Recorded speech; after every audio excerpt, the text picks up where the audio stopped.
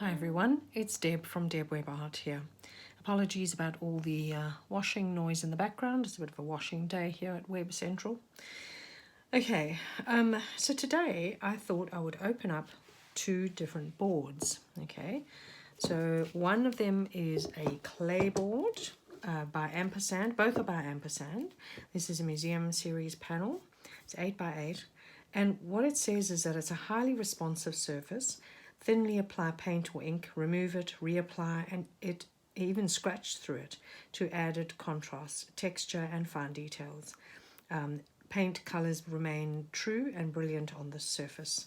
A true multimedia panel, perfect for inks, gouache, egg tempera, acrylics, airbrush, encaustics, collage, photo transfers, pencils, casing, and for mounting papers, prints, and fabrics.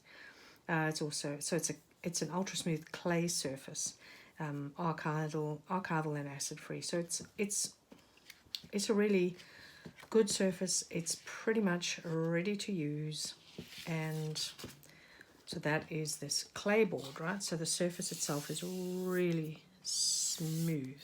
Okay, that's the clay board. And then this other one is also by Ampersand, and this is the Gessobord. So it's a bit of a deep one. And this one, also 8 by 8, is it has a fine tooth surface, delicate enough for glazing, fluid brush strokes, and tight detail, and tough enough to hold up to the most rigorous palette knife painting, collage, and masking. So it says it's ready to paint. This premium archival surface is ready to use, no priming or prepping required.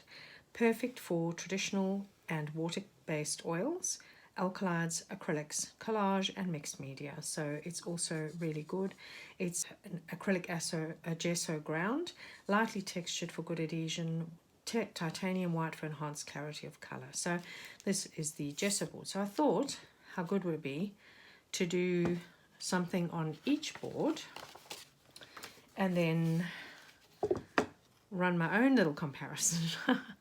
You know, I mean, it's very subjective, isn't it? Because it just depends how you paint, and it depends on what you want to achieve from it. So let's get started.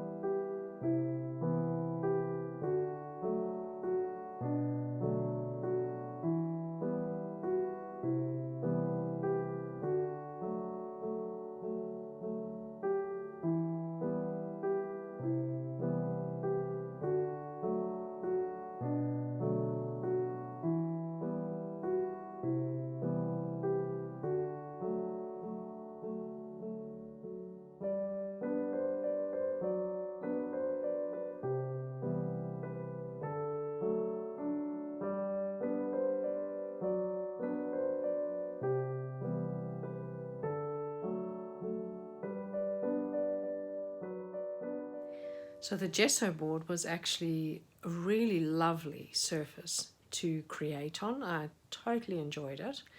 And so now I'm going to do a little comparison. And at first I was going to use some different mediums, but then I realized that that wouldn't be a really fair kind of experiment. So on the clay board, also by Ampersand, it's a really, really smooth surface. So I mean, I'm not going to try this now, but I was wondering, because it's such a smooth surface, how it would go with something like alcohol inks and those sorts of things, which like to sit on the surface so you can play around with them. But I'm not going to do that this time. I'm going to use the same paints, everything the same, and I'm going to try this surface using the similar technique to what I did with the gesso board. But let's just see what happens, and then that way I can get a really clear idea as to how it performs. I might do more scratching on this one because I think the surface can take it, and it said so on the little label, so it must be true. Okay, so let's see what happens now.